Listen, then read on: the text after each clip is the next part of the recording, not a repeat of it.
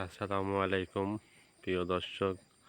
আমরা খাগড়াছড়ি সাজেকে ভ্রমণে এসেছি।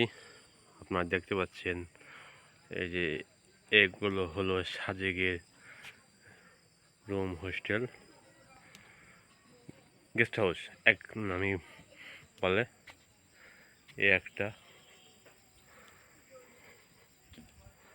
সামনে একটা এইভাবে পর আরও আছে।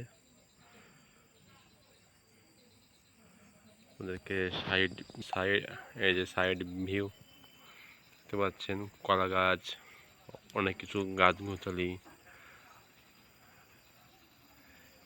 এই একটা এটাকে হয়তো এটা আপনাদেরকে পিছন থেকে দেখাচ্ছি।